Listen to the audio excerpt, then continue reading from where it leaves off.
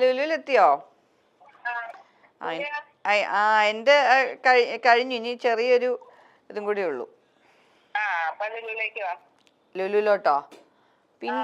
പിന്നെ എടി നമ്മള് നമ്മുടെ ഈ എന്താ പറയാ ബച്ചുപ്പൻ കുട്ടിക്കാലത്തെ കാര്യമൊക്കെ ചോദിച്ചേ.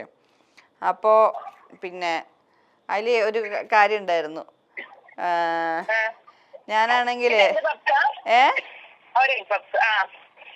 എഗ് പപ്സ് ഒക്കെ അവിടെ നിക്കട്ടെ.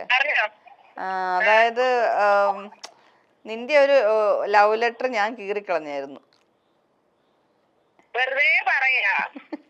അല്ല, സത്യം.